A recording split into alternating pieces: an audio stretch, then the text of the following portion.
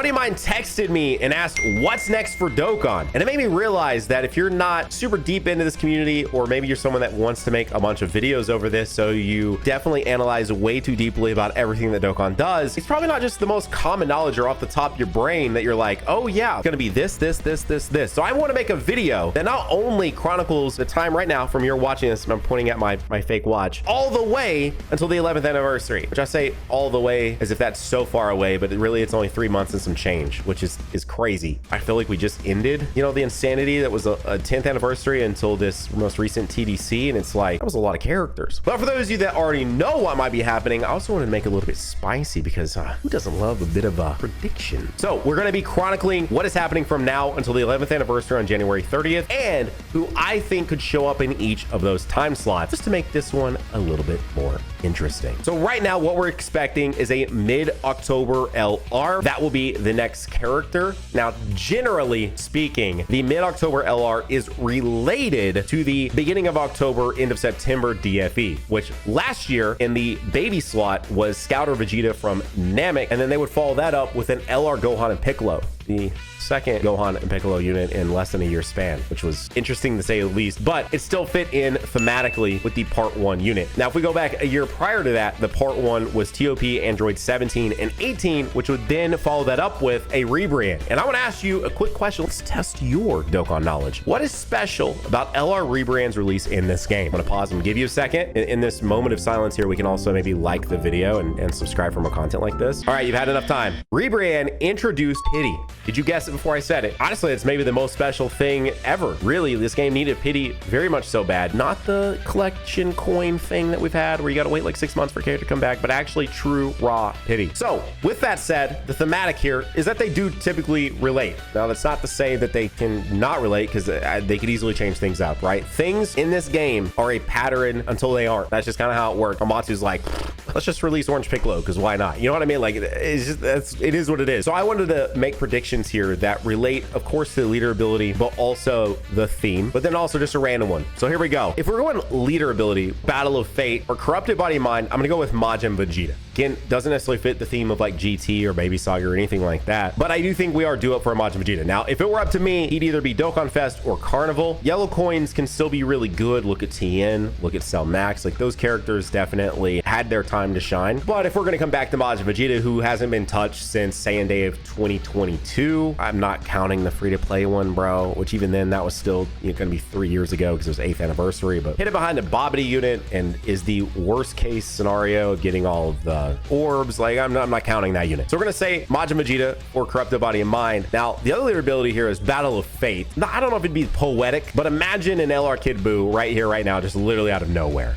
Okay, I do know, listening to videos from Truth, that, you know, who was literally just in person with Amatsu about a month ago, people were making jokes about Daima and making jokes about Kid Buu, and he laughed. So you know, he knows about the fact that we want an LR Kid Buu, and like, where is this? It's one of the main villains of the series and doesn't have an LR in the game after almost 11 years, which is really crazy. Same thing with Daima having been over now for what, 7 months, 8 months, 7 months, a long time, and not having hardly any representation in this game. But I'm gonna go with Kid Buu. Now, to be thematic, on the lesser hype side, a Rildo, the character doesn't have a lot of representation in this game, like, really at all. That's not really my pick. I don't really care about Rildo like that. He's just a mid-level boss of GT, right? He's one that people love to push their glasses up on me when I say there's 3 main bosses for GT, but like, let's be, it's Baby 17 and Omega, okay? There's the other side stuff, but those are the 3 main villains. Rildo, sure, but if not Rildo, Super Saiyan 4 Vegeta. This is definitely a character that has a lot of missing animations in the game, a character that they could sort of piggyback up off what they did here, where it starts out as like a base Vegeta, goes Great Ape, and then becomes, you know, Super Saiyan 4. That's definitely something they could do. I mean, literally be pretty identical to the Super Saiyan 4 Goku from earlier this year. So those are gonna be my mid-October LR units. Definitely a bit of a yappier one. We're gonna fine-tune it a bit more, because now, next up, we have a brand new Demon Slayer Raging Sun collector's box from my sponsor, G Fuel, who is the sponsor of this video, and you can pre-order it right now, and if you use code NANO, you actually save money on that pre-order. But that's not all. The Cell Saga collection is officially out, which includes this Shaker Cup and a new kiwi lime perfection flavor. But it doesn't end there, because they also have 2 flavors you can buy separately, which are the father-son fury flavor, with literally father-son Kamehameha inspired flavor, and an android inspired flavor called infinite energy. And the Cell Saga stuff is like out. Like, you can actually just order this now. It's no longer a pre-order, but the Demon Slayer stuff actually is a pre-order, and you can use code Nano on any of these things or all of these things. They're also doing a massive sort of like horror collab themed month with a ton of horror inspired flavors. They're calling Fear Fest, that you can check out as well. And anytime you pick up anything from G Fuel, use code Nano, saves you money, supports the channel. Huge shout out to our sponsor, G Fuel, for always being here, being sick, and doing really awesome collabs like Demon Slayer and Dragon Ball and Fear Fest and all of that. But up next, guess what happens at the end of October? Guess what? Another Dokkan Festival exclusive unit. Now, last year was Slug. Before that was the Gohan and Piccolo that I just mentioned. So this is one that is just like, could be anybody. Year before that was Bardock, just for, you know, funsies. I'm gonna throw out here, and this is still related to, I guess, the Slug, but Garlic Jr., right? Like, Slug was one of those that we had been anticipating at some point to get a sort of like higher tier character, and he finally got one after all this time. So one that I've heard, like, you know, somebody like the Truth AT yap about, and a lot of the community yap about, is like a Garlic Jr., right? Now, his only representation in the game is a side banner unit for a Gohan from the actual series, by the way, not actually from the movie. So why not a Garlic Jr.? Now, if not a Garlic Jr., we could definitely get some Daima stuff here. Daima is lacking tremendously in this game, right? Literally, as of recording this, we have 3 Daima characters, period, that are Dokkan, well, Dokkan Fest summonable, any of that, right? You don't count the free-to-play stuff that they've done. So in terms of like what are possible Daima characters, we still have a Goma, which I think Dokkan can get away with doing both a mini version and a bigavized version. You also have the Tamagamis. They could literally do a combo unit of all 3 together, do sort of like a Dokkan original animation with those 3, but specifically Tamagami 3 is a character that I think is easily Dokkan Fest level. 1 and 2 also kind of up there, but you know, 3 sort of is the one that gets more time to shine and has a bit more build up. You also have Hanzi, who again, a bit more tame, but if Sparking Zero could give her her own character in that game, she can get a Dokkan Fest character in Dokkan, like she can. You have Do, you have Ku, and I think it about ends there for like your random monthly DFEs, but I do think those are all characters that deserve something in this game. I mean, they will all likely get characters at some point, but I'm always going to be pro moments from the series that don't have animations. That's always going to be more at the top of my list, right? Another one, which I'm not including here at this moment, 109, 110 of Super. There's a lot of when Goku goes UI sign for the first time that doesn't exist in this game. Where's my voiced Final Flash moment, right? Like the Final Flash unit in this game, the voiced is like the thumbs up scene, but his actual Final Flash is not voiced in this game, period. So stuff that hasn't been properly animated or voiced or all those things are always going to be like at the top of my list, which is basically all of Daima. But that's it for the rest of October. We're going to get one more LR and one more DFE. Now November gets really interesting because November is typically a very large gap because you get that sort of end of October, beginning of November Dokkan Festival unit. And then there's this massive almost 3-week gap until we would get to the Hero Celebration. We'd get the Hero Celebration and then immediately a week later, or maybe even less than a week later, get another Dokkan Fest. So it's like this huge gap of just nothingness because they're trying to celebrate the anniversary of Dragon Ball Heroes. Well, Heroes is done, and Super Divers is not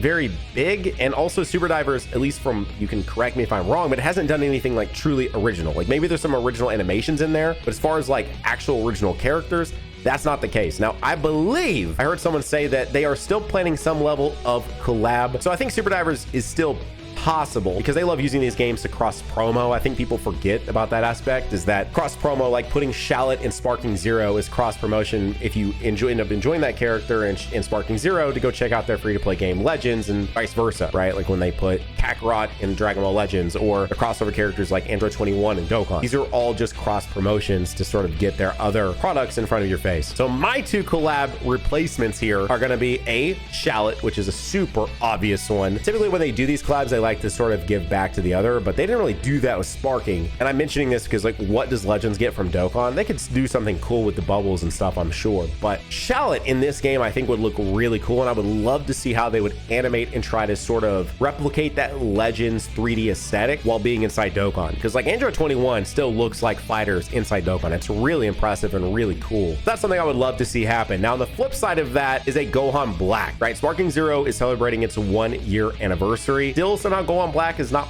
playable in Sparking Zero, which is just baffling. He has actual like moveset, literally fight him. I don't know. It makes zero sense why he's not playable in the game. And I swear, if they try to sell us him, that is gonna be so lame. But those are my two sort of like replacement collabs for not doing heroes, since I mean, the point of doing the heroes collab was to sort of like bring more eyes on the heroes. But if heroes doesn't exist anymore, what's the point? I mean, there's still so much hero stuff they could do, so maybe they could still do heroes, but I'm assuming, if not almost confirmed at this point, that heroes is just not happening anymore, right? As far as being a collab in Dokkan. Now, as I just mentioned, there is an end of November DFE. Now, sometimes the end of November DFE can be related to the mid-December Carnival LR. DFE, by the way, I'm sure most of you know this, but if you don't, Dokkan Festival exclusive. Now, last year, Buhan rolled right into the Carnival LR SSJ3 Gotenks. Made ton of sense to sort of make them mesh together. Now, the year prior to that, which I just mentioned her, was Android 21 into the Trio Super Saiyan unit from the Android 13 movie. Not really related. The year before that was Yamcha rolling into the Hachiek movie Super Saiyan Goku, but also all the Z Fighters together unit, right? Not a whole lot of cohesiveness here. But my predictions, I'm going to make them a bit, I'm going to make them 100% cohesive. So for my first prediction, generally speaking, they do use this time slot to do more interesting units, as I've just mentioned, Wuhan, you know, all that. But I feel like there are a couple of characters that aren't necessarily going to ever show up in a big celebration. I'll just spit it out. Majin Buu Saga Super Saiyan 2 Gohan. Yeah, dude, like, that guy has like, speaking of scenes that have almost no representation in this game, that is a massive omission from this game. And I'm just not sure that's a character that's going to ever show up as like, you know, a headlining unit or even a sort of side carnival to a headlining Dokkan Fest. I mean, maybe, and I would love to see it because there's a lot of good stuff from those sequences. But imagine if they teamed up a Majin Buu Saga Dokkan Fest, Super Saiyan 2 Gohan. They could start him out when he's still in his sort of Great Saiyaman fit, and then transition that into him being in like his sort of like black, sort of worn down attire. That'd be really cool. They could do a lot of cool stuff with that character. And then they team that up with a Carnival LR Majin Vegeta. That would be a really, really cool pre-11th anniversary set of characters that I would personally love to summon for. Now, I'm keeping with that Gohan theme actually a little bit here because I feel like, weirdly enough, we just haven't had, I mean, we've had Gohans, but I don't know. I say this as we've already had 2 LR Gohans this year, but it's Gohan. It is what it is. But you could reverse that, not really reverse it, but you could piggyback up off that idea, keep Gohan as the Dokkan Fest, but instead do his base into Super Saiyan form from Superhero, which is only represented by a free-to-play unit in this game right now. So that is definitely something that is lacking in terms of the animation that's available from the film itself. And then you already know what I'm going to say here. Team that up with a Carnival LR Orange Piccolo. I do imagine that the probably like January dead period where we're waiting for the 11th anniversary to start and the New Year's DFEs are, you know, out and about and all that, they could drop Orange Piccolo and Ultimate Gohan's EZAs right there to sort of like keep some hype going without releasing new characters between New Year's, but before we get to the 11th anniversary. I am going to go out on a limb and say that has a very high chance of happening. A lot of people have been throwing on this idea of like coolers and Goku like EZAing at some point, and I'm like, that's 11th anniversary stuff, guys. Like I've seen that brought up so much, and I'm like, why are we rushing these EZAs that are so clearly going to be a part of the 11th anniversary? Now, they might do them, you know, between now and then. I doubt it. Between now and then, we're going to see stuff like the Gammas get EZAs probably, and other 2022 units that are really like hype, but not the worldwide download celebration stuff from that year that meant a lot to a lot of people. But I do think Orange Piccolo is one that could easily also, by the way, easily be a unit headlining in one of the big celebrations next year. But I also think he could definitely be in this time slot, and he's a character that is also missing a ton of animations and that they could definitely do with their sort of new style and make look incredible. So before we get to this final release, just as a recap, in October, we have an LR left that's going to release in the middle of next week. We then will have a Dokkan Festival exclusive TWAR release at the end of the month. Then in November, there's likely going to be a replacement for the typical Dragon Ball Heroes collaboration set of characters, and then a Dokkan Fest at the end of that month. Then in the middle of December, we get an LR, a Carnival LR, and then they wrap the year up, which is what we're now going to try and predict, with a dual Dokkan Festival celebration as part of like their New Year celebration. And then that's it. No more new characters from then until the 11th anniversary starts around January 29th / the 30th. Now, last year was the Daima celebration. I'm going to go ahead and go out on a limb and assume that we will probably get Daima again there. I am now on board. I do believe Daima will probably be involved with the 11th anniversary to some extent. I don't know why. A lot of people have acted like this has been the most obvious thing of all time. When you go and look back at any of the other, you know, not collaborations, but any of the other sort of units that have released to coincide with new Dragon Ball animated stuff, and they've never waited until anniversary. Now, yes, they have featured those characters in anniversaries, like look at Beast Gohan, look at Gogeta Blue, you know, look at Vegito Blue, look at all these characters that have existed in a post-Dokkan world. Dokkan's, you know, going to be 11 years old. So there's a lot of stuff actually that was animated after Dokkan becoming a thing, but they've never really debuted them as like anniversary characters. And I know a lot of people like to, yeah, but Beast Gohan, dude, Beast Gohan existed in the game. I know we like to pretend that he didn't because Ultimate Gohan just had him as an active skill, but that was animated. I can't even view any of the Diamond stuff past SSJ3 Mini Vegeta, period, in the game outside of playing a story mode. Like, it doesn't exist. So my guess is that this is typically a more hype set of characters. So this could be Mini Super Saiyan 4 with a Goma that would then roll us into an anniversary Adult Super Saiyan 3 and Adult Super Saiyan 4. By the way,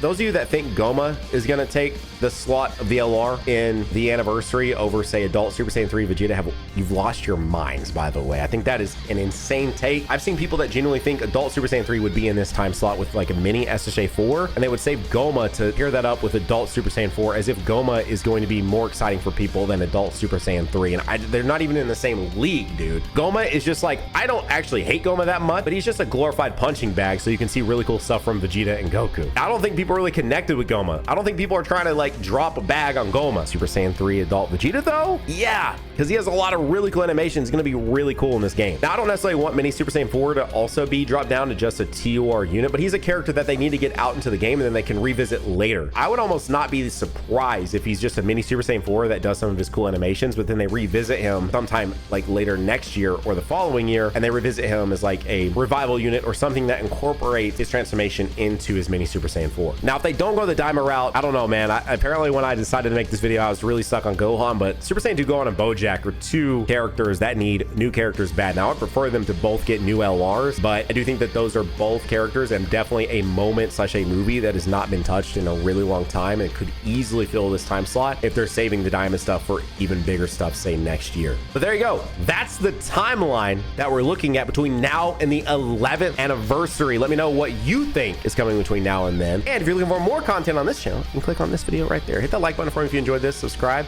I'll see you guys in the next one. Bye.